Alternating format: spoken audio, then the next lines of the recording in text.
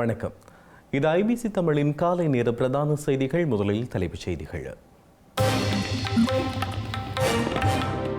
முள்ளிவாய்க்கால் இனப்படுகொலை வாரம் ஆரம்பம். பல்வேறு பகுதிகளிலும் நினைவு கூற ஏற்பாடு. தையிட்டி சட்டவிரோத விகாரைக்கு எதிராக போராட்டம். பலத்த பாதுகாப்புக்கு மத்தியில் ஆக்கிரமிப்புக்கு வலுக்கும் எதிர்ப்பு. தமிழ் தேசியத்தை சிதைக்கிறது தமிழரசு கட்சி. அதிகாரம் குறித்த சுமந்திரனின் பேச்சுக்கு கஜேந்திரகுமார் கண்டனம். மலேக பேருந்து விபத்தில் உயிரிழந்தவர்களுக்கு நிதியுதவி. ஜனாதிபதி நிதியத்திற்கு உத்தரவிட்ட அனுர. போரில் இழப்புகள் ஒரு பகுதி. ரபேல் விமான இழப்பு குறித்த கேள்விக்கு இந்திய விமானப்படை பதில். கனடாவின் பொது தேர்தலில் லிபரல் கட்சிக்கு மேலும் ஒரு ஆசனம். மீள் வாக்கு எண்ணிக்கையால் அதிகரிக்கும் ஆசனம். இனி தொடர்வது விரிவான செய்திகள். தமிழ் மக்களின் உரிமை போராட்டத்துக்கு எதிராக மனிதாபிமான நடவடிக்கை என்கின்ற பெயரில் முன்னெடுக்கப்பட்ட கொடூரமான படை நடவடிக்கைகள் மூலம் பல்லாயிரக்கணக்கான தமிழ் மக்கள் கொன்றொழிக்கப்பட்டதை நினைவுகூரும் முள்ளிவாய்க்கால் இனப்படுகொலை வாரம் இன்று ஆரம்பமாகிறது. தமிழர் தாயகம் மாத்திரமில்லாமல் புலம்பெயர் தேசங்களிலும் இந்த படுகொலை வாரத்தை நினைவு கூறுவதற்கான ஏற்பாடுகள் ஏற்கனவே செய்யப்பட்டுள்ளன. ஸ்ரீலங்கா படையினரால் தமிழ் மக்கள் கொத்து கொத்தாக கொன்றொழிக்கப்பட்டதை நினைவு கூறும் தமிழின படுகொலை வாரம் இன்று முதல் எதிர்வரும் 18ஆம் தேதி வரை நினைவு கூறப்படவுள்ளது. இந்த நினைவேந்தல் வாரத்தின் இறுதி நாளான மே மாதம் 18ஆம் தேதி இறுதி யுத்த முடிவுக்கு வந்த முள்ளிவாய்க்கால் தமிழின படுகொலையின் பிரதான நிகழ்வு ஏற்பாடு செய்யப்பட்டுள்ளது. இந்நிலையில் இன்று ஆரம்பிக்கும் தமிழின படுகொலை வாரத்தின் தமிழ் மக்களுக்கு எதிரான படுகொலைகள் கட்டவிழ்த்து விடப்பட்ட பல்வேறு பகுதிகளிலும் நினைவேந்தல் நிகழ்வுகள் முன்னெடுக்கப்படவுள்ளன. இந்த நினைவேந்தலுக்கான ஏற்பாடுகள் அரசியல் கட்சிகள் மாத்திரமின்றி பல்வேறு சமூக செயற்பாட்டாளர்களும் முன்னின்று மேற்கொண்டுள்ளனர். அந்த வகையில் 2009ஆம் ஆண்டு இடம்பெற்ற இறுதிப் போரில் முள்ளிவாய்க்கால் பகுதியில் தமிழ் மக்கள் கொன்றொழிக்கப்பட்டதன் நினைவாக அமைக்கப்பட்ட முள்ளிவாய்க்கால் நினைவு தூபியில் 16வது ஆண்டு தமிழினப்படுகொலை நினைவேந்தல் மிகவும் உணர்வு பூர்வமாக இடம்பெறவுள்ளது. இதை முன்னிட்டு பல்கலைக்கழக மாணவர்கள், பொதுமக்கள், சமூக செயற்பாட்டாளர்கள் உள்ளிட்ட பலரும் நேற்று நினைவு தூபி அமைந்துள்ள பகுதியில் துப்புரவு பணிகளை மேற்கொண்டிருந்தமை குறிப்பிடத்தக்கது. யாழ்ப்பாணம் தையிட்டியில் உள்ள சட்டவிரோத விகாரைக்கு எதிரான போராட்டமானது இன்றைய தினமும் முன்னெடுக்கப்படுகின்றது. தமிழ் மக்களின் எதிர்ப்பை காண்பிக்கும் வகையில் இந்த கவனஈர்ப்பு போராட்டத்தை தமிழ் தேசிய மக்கள் முன்னணி முன்னெடுத்துள்ளது. யாழ்ப்பாணம் தையிட்டியில் அமைக்கப்பட்டுள்ள பௌத்த விகாரைக்கு எதிரான போராட்டத்தை தமிழ் தேசிய மக்கள் முன்னணி தொடர்ச்சியாக முன்னெடுத்து வருகிறது. அந்த வகையில் நேற்று மாலை ஆரம்பிக்கப்பட்ட போராட்டம் இன்று முன்னெடுக்கப்படுகிறது. தமிழ் தேசிய மக்கள் முன்னணியினர், காணியின் உரிமையாளர்கள் மற்றும் பொதுமக்கள் ஆகியோர் இணைந்து போராட்டத்தை முன்னெடுத்துள்ளனர். இனப்படுகொலை செய்த இராணுவமை வெளியேறு என சிங்கள மற்றும் தமிழ் மொழிகளில் கோஷங்களை எழுப்பியவாறு போராட்டக்காரர்கள் தமது எதிர்ப்பை வெளியிட்டுள்ளனர். போராட்டம் நடைபெறும் இடத்தில் அதிகளவான காவல்துறையினர் குவிக்கப்பட்டுள்ளனர். அத்துடன் வழமை போன்று காவல்துறையினர் போராட்டக்காரர்களுக்கு இடையூறு விளைவித்த வண்ணம் உள்ளதாக எமது அலுவலக செய்தியாளர் குறிப்பிட்டுள்ளார். தமிழ் தேசியத்தை எவராலும் அழிக்க முடியாது என்பதையே கடந்த உள்ளூராட்சி மன்ற தேர்தல் உணர்த்தியுள்ளதாக தமிழ் தேசிய மக்கள் முன்னணி தெரிவித்துள்ளது. எனினும் தமிழ் தேசியம் என பேசுகின்ற சில கட்சிகள் அதிகாரத்தை மாத்திரம் கைப்பற்றுவதற்கான தேர்தலாக மாத்திரமே இருக்கும் வகையில் செயற்படுகின்றமை குறித்தும் முன்னணியின் நாடாளுமன்ற உறுப்பினர் கஜேந்திரகுமார் பொன்னம்பலம் தனது அதிருப்தியை வெளியிட்டுள்ளார். தமிழ் தேசிய பேரவையின் உறுப்பினர்களுக்கும் தலைமைகளுக்கும் இடையிலான யாழ் மாவட்ட சந்திப்பு யாழ்ப்பாணத்தில் நடைபெற்றது. மாவட்ட செயலகத்துக்கு அருகாமையில் உள்ள கிறிஸ்தவ வாலிபர் சங்க மண்டபத்தில் தமிழ் தேசிய பேரவையின் தலைவர் கஜேந்திரகுமார் பொன்னம்பலம் தலைமையில் இந்த சந்திப்பு இடம்பெற்றது. இதன்போது தமிழ் தேசிய பேரவையின் தேர்தல் கால சவால்கள், எதிர்கால செயற்பாடுகள் குறித்து கலந்துரையாடப்பட்டது. இந்த சந்திப்பில் தமிழ் தேசிய பேரவையின் தலைவர் கஜேந்திரகுமார் பொன்னம்பலம், தமிழ் தேசிய கட்சியின் தலைவர் ஸ்ரீகாந்தா, செயலாளர் சிவாஜிலிங்கம், முன்னாள் நாடாளுமன்ற உறுப்பினர் ஈஸ்வரபாதம் சரவணபவன், தமிழ் தேசிய பசுமை இயக்கத்தின் தலைவர் போ அங்கிரணேசன், ஜனநாயக தமிழரசு கட்சியின் உப செயலாளர் நாவலன், தமிழ் தேசிய மக்கள் முன்னணியின் செயலாளர் செல்வராசா கஜேந்திரன், வெற்றி பெற்ற உறுப்பினர்கள், அரசியல் இயக்கத்தின் உறுப்பினர்கள் என பலரும் இதில் கலந்து கொண்டனர். வேட்பாளர்களுடைய முகங்களையும் உறவுகளையும் பார்த்து தெரிந்தவர்களை அறிந்து வாக்களிக்கின்ற தேர்தல். அவை சாதாரணமாக ஒரு பாராளுமன்ற தேர்தலிலேயோ இல்லை மாகாண சபை தேர்தலிலோ கொள்கைக்காக வாக்களிக்கின்ற மக்கள் உள்ளூராட்சி சபை தேர்தலிலே கொள்கையை விட்டு சற்று வித்தியாசமாக வாக்களிப்பதுதான் வழமை. அப்படிப்பட்ட ஒரு தேர்தலிலே தமிழ் தேசியம் ஒரு கேள்விக்கு உட்படுத்தப்பட்டிருந்த ஒரு சூழலிலே இல்லையும் உடைய மக்கள் தொடர்ந்தும் தமிழ் தேசியத்தோடு தான் இருக்கிறார்கள் என்று நிரூபிக்க வேண்டியதே ஒரு பெரும் சவால். அந்த சவாலிலே நாங்கள் முகம் கொடுத்து மிகப்பெரிய ஒரு வெற்றி அடைந்திருக்கின்றோம் என்றால் என்னை பொறுத்தவரையிலே தமிழ் தேசம் எவராலையும் அழிக்க முடியாது.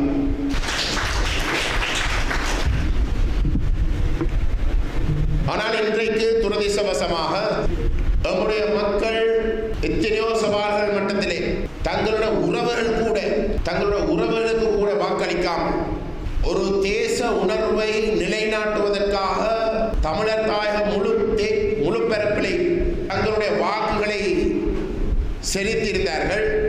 அந்த வாக்குகளை வழங்குகின்ற பொழுது தமிழ் தேசிய நிலைப்பாட்டில் இருக்கக்கூடிய கட்சிகளை பார்த்து, முகங்களை பார்த்து அந்த அரங்கிலே தமிழ் தேசியத்தை நிலைநாட்டக்கூடியவர்கள் என்று அறிமுகப்படுத்தி அவர்கள் வாக்களித்திருக்கிறார்களே தவிர சில இடங்களிலே தமிழ் தேசிய நிலைப்பாட்டோடு இருக்கக்கூடிய ஒரு சில வேட்பாளர்கள் அல்லது ஒரு சில கட்சிகள் பெரிய அளவிலே வந்து வேரூண்டி அங்கு இயங்காமல் இருந்த காரணத்தினாலே அவர்களுக்கு அந்த வாக்கு விடாமல் இருந்ததை வைத்துக் கொண்டு ஒரு சிலர் இன்றைக்கு இந்த ஒரு மாபெரும் ஆணையை தமிழ் தேசியத்துக்காக வழங்கின மாபெரும் ஆணையை வெறுமனே ஒரு அதிகாரத்துக்குரிய ஒரு போட்டியாகவும், ஆசனங்களை பிடிக்கிறதுக்கு ஒரு போட்டியாகவும், சபைகளை கைப்பற்றுவதற்கான, அதிலே ஆதிக்கம் செலுத்துவதற்கான ஒரு போட்டியாக மட்டும் குறைத்து இருக்கின்றார்கள் என்பது மீண்டும் மீண்டும் தமிழ் தேசத்துக்கு ஒரு கேள்விக்கு உட்படுத்துகின்ற வகையிலே தான் அவர்களுடைய செயல்பாடுகள் அமைந்திருக்கின்றன. தமிழ் தேசிய நிலைப்பாட்டில் இருந்து தமிழ் மக்கள் விலகி போகிறார்கள் என்று சொல்லி இருக்கின்ற ஒரு சூழலிலே அந்த மக்கள் ஒரு தெளிவான ஆணையை கொடுத்திருந்தும் தமிழரசு கட்சியுடைய மத்திய குழு கூடினதுக்கு பிற்பாடு அவர்கள் ஊடகங்களுக்கு வந்து தெரிவிக்கின்ற கருத்து 35 சபைகளிலே தாங்கள் முன்னிலையில் இருக்கிறோம், அவர்கள் தாங்கள் தான் ஆட்சி அமைக்க வேண்டும். இது மட்டும்தான் அவர்களுடைய சிந்தனை. தேர்தலுக்காக மட்டும்தான் தமிழ் தேசியம்.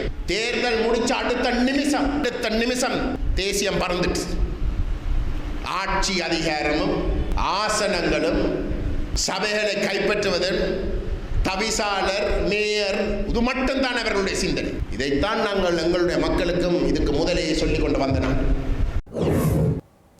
ஸ்ரீலங்கா அரசாங்கம் மற்றும் பொதுமக்கள் என்கின்ற வகையில் இந்தியாவுக்கும் பாகிஸ்தானுக்கும் இடையிலான போர் நிறுத்த உடன்பாட்டை வரவேற்பதாக ஜனாதிபதி அனுரகுமார திசாநாயக்க தெரிவித்துள்ளார்.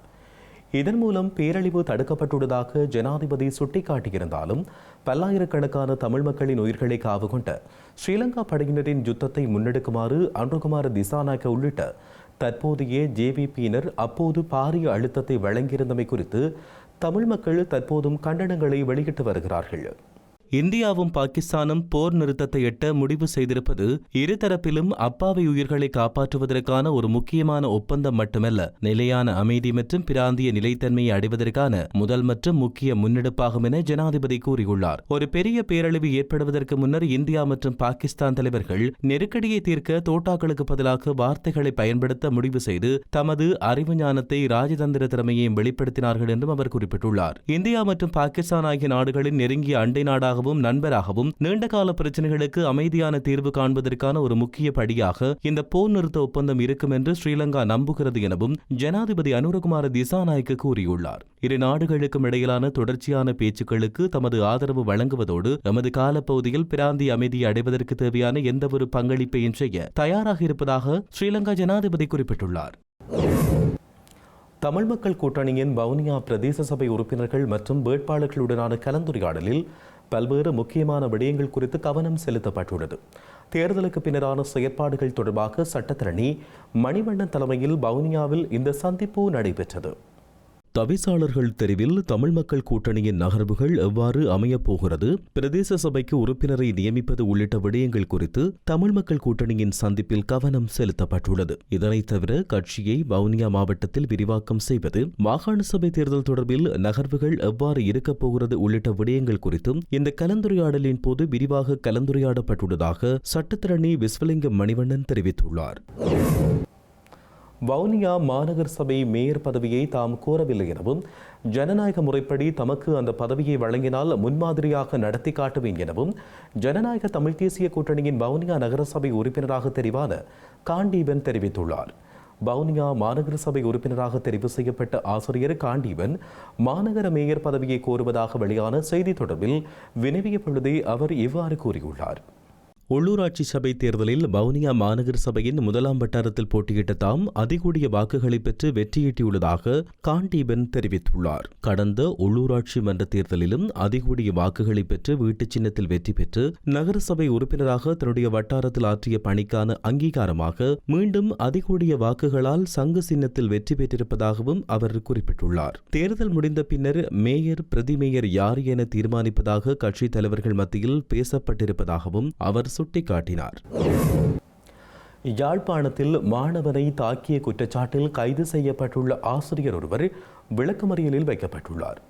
யாழ்ப்பாணம் வட்டுக்கோட்டை சித்தங்கணி பகுதியில் தனியார் கல்வி நிறுவனம் ஒன்றில் கல்வி கேட்கும் மாணவனை அங்கு கல்வி கற்பிக்கும் ஆசிரியர் கடுமையாக தாக்கியுள்ளார். குறித்த மாணவன் பட்டப்பெயர் கூறி அழைத்ததாக தெரிவித்து மாணவனை ஆசிரியர் வகுப்பு வேளையில் கடுமையாக தாக்கியுள்ளார். இந்த நிலையில் மாணவனின் பெற்றோர் வட்டுக்கோட்டை காவல்துறை நிலையத்தில் கடந்த வெள்ளிக்கிழமை முறைப்பாடு பதிவு செய்தனர். இதற்கமைய ஆசிரியர் கைது செய்யப்பட்டு மல்லாகம் நீதிவான் நீதிமன்றத்தில் முற்படுத்தப்பட்டுள்ளார். இதன்பொழுது கைது செய்யப்பட்ட தனியார் கல்வி நிலைய ஆசிரியரை எதிர்வரும் 14 நாட்களுக்கு விளக்கமறியலில் வைக்குமாறு நீதிவான் உத்தரவு பிறப்பித்துள்ளார். பாகிஸ்தானுக்கு எதிரான குறுகிய போரில் தமது தரப்புக்கும் இழப்புகள் ஏற்பட்டிருப்பதை இந்திய விமானப்படை மறைமுகமாக ஏற்றுக்கொண்டுள்ளது. ரஃபேல் உள்ளிட்ட 5 விமானங்களை தாம் சுட்டு வீழ்த்தியுள்ளதாக பாகிஸ்தான் தெரிவித்துள்ளமை குறித்து எழுப்பிய கேள்விக்கு பதிலளித்த விமானப்படை அதிகாரி AK பாரதி போரில் இழப்புகள் ஏற்படுவது ஒரு பகுதி என்றும் கூறியுள்ளார். பாகிஸ்தான் தீவிரவாத முகாம்களை அழித்தது குறித்து படங்களை காட்டி இந்திய விமானப்படை அதிகாரி AK பாரதி ஊடகங்களுக்கு விளக்கம் அளித்துள்ளார். இதன்பொழுது ஆபரேஷன் சிந்தூர் நடவடிக்கையின் போது ரஃபேல் விமானம் உள்ளிட்ட இழப்புகள் இந்தியாவுக்கு ஏற்பட்டதா என AK பாரதியிடம் கேள்வி எழுப்பப்பட்டது. எனினும் பயங்கரவாத முகாம்களை அழிக்கும் இலக்கை நாம் அடைந்து விட்டோமா என்பதை கேள்வியாக இருக்க வேண்டும் என்றும் அவர் குறிப்பிட்டுள்ளார். அந்த இலக்கை தாம் எட்டியுள்ளதாக கூறியுள்ள AK பாரதி இழப்புகள் என்பது போரின் ஒரு பகுதி என்றும் கூறியுள்ளார்.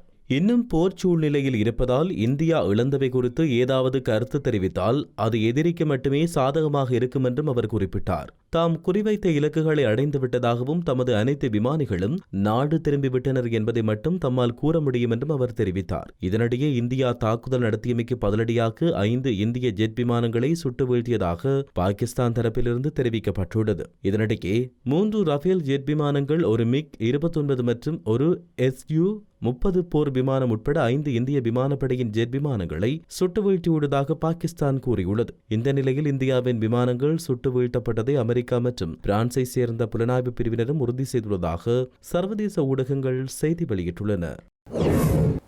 கனடாவின் நாடாளுமன்ற தேர்தல் வாக்குகள் கியூபெக்கில் மீள எண்ணப்பட்டுள்ள நிலையில் லிபரல் கட்சிக்கான ஆசனங்களின் எண்ணிக்கை 170 அதிகரித்துள்ளது. இந்த நிலையில் ஆட்சி அமைப்பதற்கு தேவையான பெரும்பான்மையை பெறுவதற்கு இன்னும் 2 ஆசனங்களே அந்த கட்சிக்கு தேவையாக உள்ளது.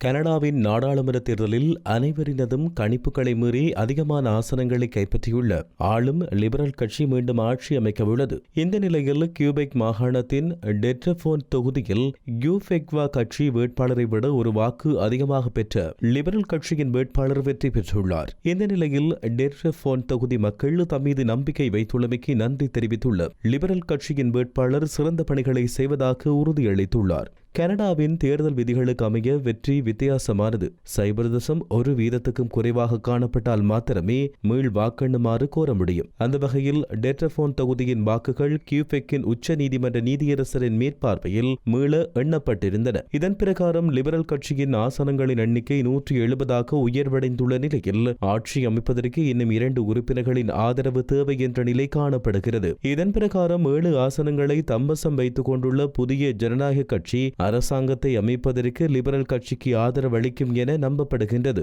இந்த 2 கட்சிகளையும் தவிர கன்சர்வேட்டிவ் கட்சி 144 ஆசனங்களையும், யூஃபெக்வா கட்சி 21 ஆசனங்களையும், பசுமை கட்சி 1 ஆசனத்தையும் பெற்றுக் கொண்டுள்ளமை குறிப்பிடத்தக்கது. செய்திகளின் நிறைவாக மீண்டும் தலைப்புச் செய்திகள். முள்ளிவாய்க்கால் இனப்படுகொலை வாரம் ஆரம்பம். பல்வேறு பகுதிகளிலும் நினைவு கூற ஏற்பாடு. தையிட்டி சட்டவிரோத விகாரைக்கு எதிராக போராட்டம். பலத்த பாதுகாப்புக்கு மத்தியில் ஆக்கிரமிப்புக்கு வலுக்கும் எதிர்ப்பு. தமிழ் தேசியத்தை சிதைக்கிறது தமிழரசு கட்சி. அதிகாரம் குறித்த சுமந்திரனின் பேச்சுக்கு கஜேந்திரகுமார் கண்டனம். மலேக பேருந்து விபத்தில் உயிரிழந்தவர்களுக்கு நிதியுதவி. ஜனாதிபதி நிதியத்திற்கு உத்தரவிட்ட அனுர. போரில் இழப்புகள் ஒரு பகுதி. ரபேல் விமான இழப்பு குறித்த கேள்விக்கு இந்திய விமானப்படை பதில். கனடாவின் பொது தேர்தலில் லிபரல் கட்சிக்கு மேலும் ஒரு ஆசனம். மீள் வாக்கு எண்ணிக்கையால் அதிகரிக்கும் ஆசனம். இத்துடன் ஐபிசி தமிழின் இன்றைய காலை நேர பிரதான செய்திகள் நிறைவடைகின்றன. தொடர்ந்தும் செய்திகளை அறிந்து கொள்ள IBC Tamil.com என்கின்ற நமது இணையதளத்தை பார்வையிடுங்கள். வணக்கம்.